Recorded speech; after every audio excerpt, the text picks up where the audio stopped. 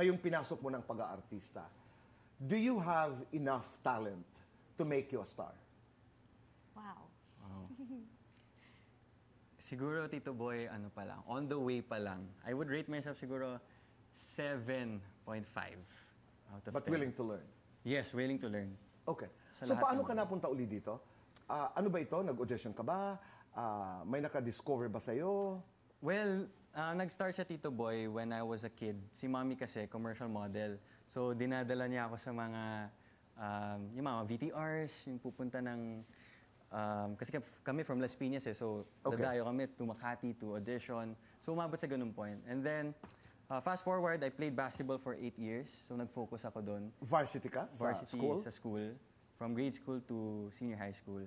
And then, nung pandemic, doon ako nag-shift into social media.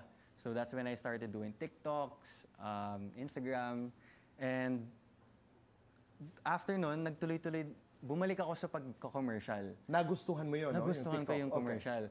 And it came to a point na parang 1 year or 2 years na ako commercial. Parang I wanted to do something more than just commercial. Okay. So I tried to explore on, nag-audition din ako for series, movies, and nag-audition din ako sa iba't ibang networks through the GMA. And I'm glad and I'm very grateful na I'm part of GMA na po.